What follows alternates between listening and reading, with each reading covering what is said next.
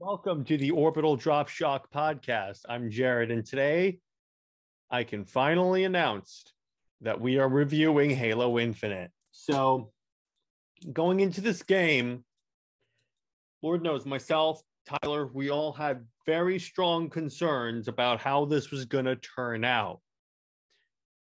So, naturally, we were very, reticent going into this because we were like, is this going to be good? Because Halo 5's campaign was controversial to say the least. And there was a lot riding on this because this is, again, in many ways, it was 343's last chance to prove that they can make a good Halo game. Luckily, oh my gosh, did 343 hit the ball out of the park. This campaign was, I think, one of the best Halo campaigns ever. Because here's what it did, and I'll go into each one of these things later. What it managed to do is, first, it kept the classic Halo feel. Two, it added things to the Halo lore and mythos and gameplay that didn't take away from the classic feel. Because here's the problem with 4 and 5. As much as I like those games, like them, don't love them, like them. Just want to be clear on that. Okay, so the problems with 4 and 5 is that they were too much not like Halo. Like, I mean, everything seemed too much like Call of Duty. Loadouts and everything. Loadouts are gone, thank God. Loadouts, a few of the armor abilities were kind of like too crazy. And if you guys have figured out some other ways in which Halos 4 and 5 were like Call of Duty, drop in the comments. But anyway, so like what they managed to do is actually add things that people probably wanted to do. Like you could pick up a fusion coil and throw it at someone, which was one of the things I've always wanted to do in Halo. It is extremely satisfying when you do it. Additionally, the weapons they added felt like Halo, and they reverted like the battle rifle back to the Halo 2 battle rifle design, which I like. I hated the Halo. I really did not like the 4 and 5 battle rifle look. It was like, why are you changing this? Assault rifle is basically the Halo Reach design, but categorized differently. The one in this is an MA40. The one in Reach was an MA37. So I'm like, okay, that's cool. They're keeping it to my favorite design. Excuse me. So they added the commando, and so basically what it is, think of it like, excuse me, a more rapid fire DMR from Halo Reach. And basically what I mean by that is that it fires bum, bum, bum, bum, bum, bum, bum, bum. And you can fire it single shot, you can fire one after the other, but it's basically like that. Now, what I like about this is that it's a good mid-range option when you're taking down like a grunt, and it's very effective if you go for the head and take out someone's like shields and such. Additionally, the Hydra's been revamped, that you can switch firing modes. I'm pretty sure you could kind of do that in Halo 5, but it's easier this way. There's new Covenant weapons. The basically the new plasma rifle is pretty cool. I like it. I like, let's see, what other, I like the new beam rifle, and that the beam rifle always annoyed me a little bit because I was like, what's the point of this thing? But I like what they have now. I like all the brute weapons. The brute weapons are dope. Like let's see, I like the Mauler. They kind of updated it from like the Halo 3 design. I also like, by the way, how Banished will use UNSC weapons, and I'm like, oh, that's weird. That is really weird. And so it's me to because I've never really seen the campaign, as far as I know, the aliens use human guns, and that's really interesting for me. It's like I'll find a brute that's using like a commando. And what they added, what I think is really cool, is that there's a certain new type of grunt called like a pack mule, I think, where he's just carrying like weapons on his back, and then he just walks around and arms everyone. So if you take him out, you get like all of his guns and stuff.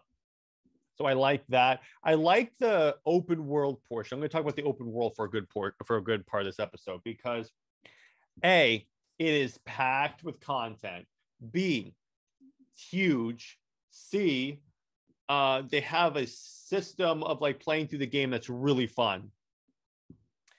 So I'm going to address this individually. No, number one is packed with content. There's tons of stuff to do. You can find skulls. You could just ambush a random Covenant patrol. You could go take a fire base.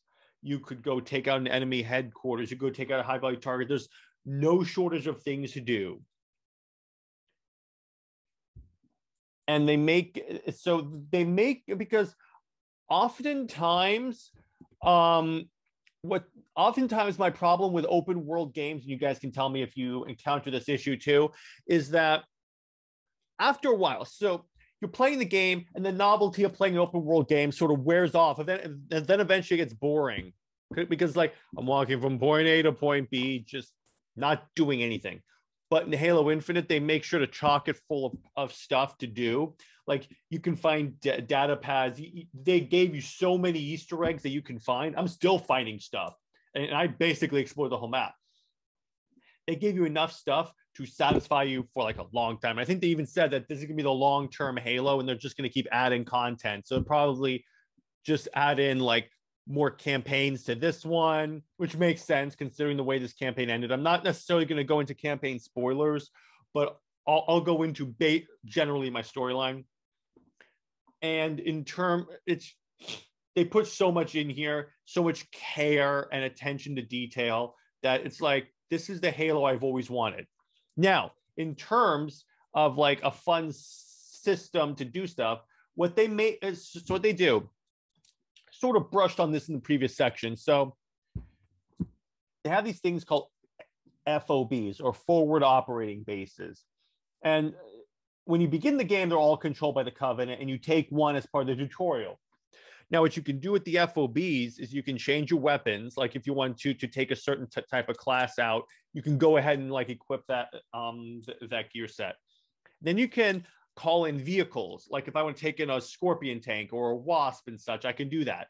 Now, the cool thing about the way they did it is they added a progression system. And here's the key thing for Halo Infinite, a progression system that actually works. What I mean by this is, throughout the game, as you complete objectives, you gain these points. I think they're called Valor points. Yeah, they're called Valor points. And what you can do with that is that as the Valor points fill up this progress bar, and as the progress bar fills up, you unlock more stuff that you can bring in from the FOBs. Like I can bring, like eventually you get to unlock all the different weapons. They'll even, this is really cool, you can even unlock different classes of soldiers to staff your fire base. So when you bring in like a Warthog or like a Razorback, they'll take the other seat. So if you want, so you can unlock the ability to have like Marines with rocket launchers, Marines with sniper rifles, Marines with commandos, and so forth. So there's like, they did this so well. And then you can go out, you can complete objectives, you can take out high value targets. What they do is that there are these enemies that are like really powerful. They'll be surrounded by like other enemies. And then you can take them out, and then they'll have like a special weapon variant, like a rocket launcher that locks onto people.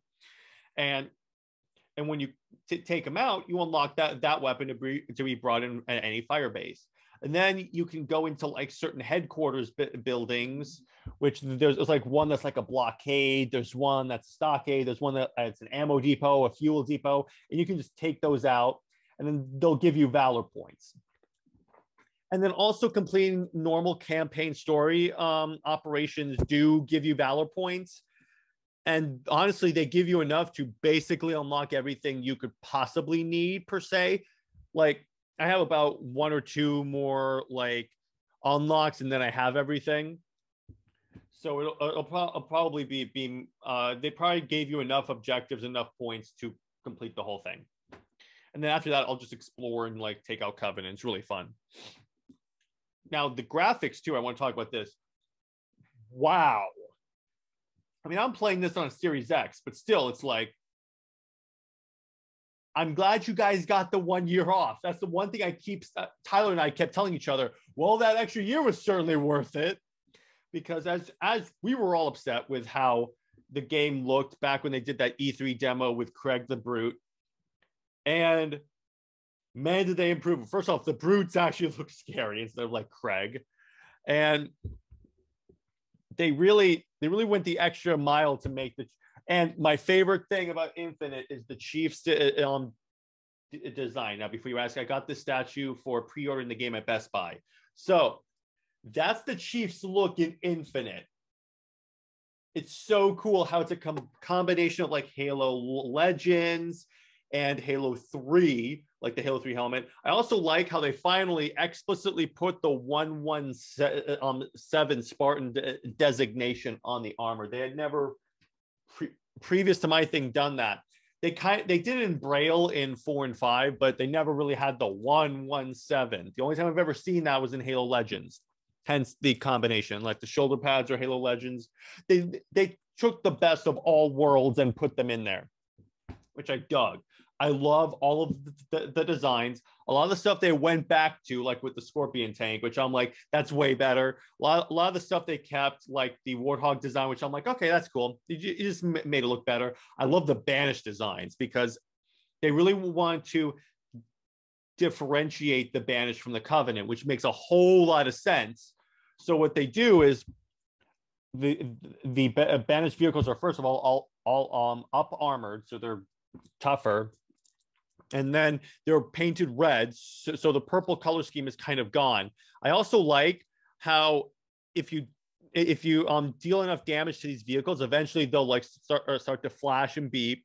And then this happened to me and Tyler a lot in this game, where also we'll hear beeping and flashing. We're like, where the hell is that coming from? Then the vehicle explodes. It's kind of like in Halo 2 when you take out a ghost or like a banshee, it would kind of fall to the ground and then it would just. So I really liked how they did that. I think they did that fantastically. So let's go to the story mode. This is gonna be, I'm not gonna necessarily get into a lot of stuff, but so screw it. The game's been out for long enough. So in terms of, and spoilers ahead, in terms of what I thought about the story. So I liked how, first off, it opens up with the Infinity being practically destroyed. And I like that because 4 and 5 hyped up the Infinity as like this powerful, as like this big juggernaut of a ship that humanity has, and nothing the Covenant could throw at it could destroy it. Heck, in Halo 4, one of the coolest cutscenes in the entire game, we see it ram through a Covenant ship. Like, literally, it comes out of slip space and just plows through it. So I'm watching this and I'm like, oh, because immediately demonstrating the threat level of the Covenant. And then you see the Chief, he's using his grapple hook. He's like, he's grabbing guns, pulling them to him, and he's like firing like he's Spider-Man. And then he's attacked by Atriox, the leader of the Banished. And I love this guy. He was one of my favorite characters in Halo Wars 2. And then Atriox throws him out of the airlock, and that's how he gets Chief in space. And then it cuts to pretty much the entire cutscene from the reveal trailer where it showed the Chief in space and the Pelican pilot. Echo 216. And it basically plays out the exact same way, except for the Chief exits the Pelican and then grapples onto a Banished ship. And this is where you assume control of him. And you're immediately my first thing to do is test out the grappling hook, because I've seen it. I'm like, will this break Halo? No, it will not. All the mobility upgrades, for some reason, they just felt more Halo-like, more grounded in the lore than in 4 and 5. I don't understand it. Maybe you guys can explain too. Like, I fool around with the grappling hook. I got a battle rifle, have to get a battle rifle. I'm fighting my way through the ship. You're learning more as you like get like those data pads. So terminals are basically back. Instead of terminals, they're basically like audio logs. So, and they have one for the UNSC and one for the Banished. You get the story from both perspectives. So I made a point to collect pretty much all of those I found. What I like is that you can scan the environment kind of like in Halo 5 with the Artemis scan. So that way you can at least be sure that like there's a gun or an enemy around you, so you can like make sure you don't miss anything. Find my way through the ship. I complete that mission, get back on the Pelican, and it's like, and also we learned that apparently Atriox died off camera, died because it'll be explained later. So anyway, Chief goes to the ring against the Pelican pilots. Wishes. You fight your way into the onto the ring, and then you capture your first FOB, and then you go to like this torture chamber, this Covenant torture chamber, because you get a distress call from a Spartan. Turns out it was a trap, and you fight in the lead. The boss battles in this were legitimately hard. That's the first thing I noticed, is that there's more boss battles, like heavily armored, really tough enemies to fight, and I like that variety. You could fight a brute chieftain that had a hammer, a brute chieftain that had like a turret and then a hammer and stuff, and I like those more variety. The hunters were a pain in the butt to take down.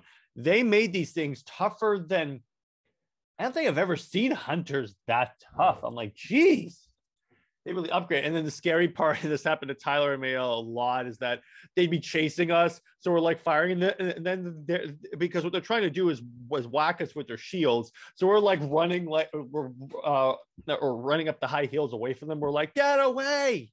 It's really cool. So you play through the game. There's lots of emotional beats, because what I like is that they play off like Cortana's also dead, but you're also being aided by this AI called the Weapon, also voiced by Jen Taylor, and she's basically relaying to you that she was created to lock down Cortana and bring her for final deletion.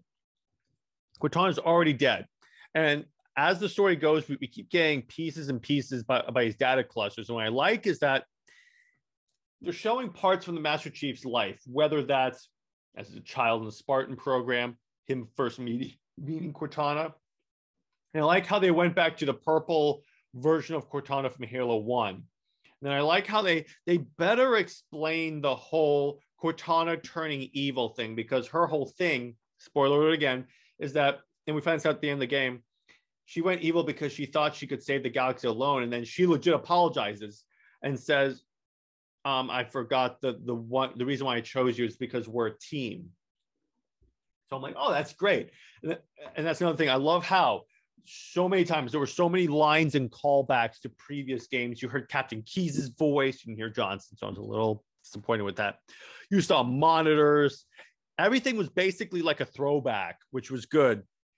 And they had a lot of the same music, like the main Halo theme that played multiple times, which was great. They had basically a Warthog run. I did in the Scorpion tank, because it wasn't really a run. It was more like fight your way through these enemies. So I'm like, oh, screw it, I'll take a tank. And then I enjoyed it. It's how it's basically, it seemed to me, and I saw a YouTube comment about this, and I kind of agree with this point. It seemed to me like Halo Infinite was basically an apology tour from 343 to the fans, because if you notice, Cortana's constantly apologizing about what happened, and the whole storyline is about failure, trying hard and failing. And then this felt like 343 was like saying, hey, we screwed up here. We screwed up with what we were doing with the Halo story. Here's the way apparently the fans want it, and that's the way it's going to be. And I love that. And Dave nailed it. Again, this is the most fun I've ever had playing a Halo game forever. Another thing I like is that they gave you the ability, if you find like Spartan armor crates throughout the map, you'll unlock like armor coatings and gun coatings and everything for the multiplayer. So they're integrating the multiplayer too. So I really dig how they did that. I'm like, okay, at least they're trying something with the multiplayer. And then another thing that I dug, again, was the audio logs. I loved all the Easter eggs they put in there. There's like a lot. I could go on for like another hour on this. I'm not going to, because the show's meant to be shorter. Maybe when I have the guys on, we'll talk about it more. But I liked also the new implications the campaign has for the Halo lore going forward. I'm not going to spoil what that is, but I'm like, this is actually pretty cool. I'm digging where this is going. I think they could really, they really have a plan that looks like a desirable plan, kind of like Zack Snyder had for the DCEU. Hint, hint, restore the Snyderverse. So once again, the third part that I think they did great was they added in new elements to Halo, like the grappling hook, without it breaking Halo. In other words, it still felt like Halo, even though you have a grappling hook and you can switch armor abilities and stuff. It wasn't like, honestly, it felt more like the equipment days of Halo 3 than like the armor abilities days from Reach, probably, or like than the Reach days of swapping out armor abilities. And it definitely felt more like a Spartan than Halo's 4 and 5, I think. So that's where I think I'm going to leave this review of Halo Infinite's campaign. I could go on for longer. It's just I prefer to have like Tyler on to talk about it, so I don't start rambling. But anyway, so I hope you guys enjoyed this episode. We will see you tomorrow, as a matter of fact, or Wednesday for the X-Men show, and then Under Two Capes. All right. Hope you guys enjoyed this this short 20-minute review. This was only meant to be a brief video talking about Halo Infinite. The point is, if I had to rate it, I would give it a 10 out of 10.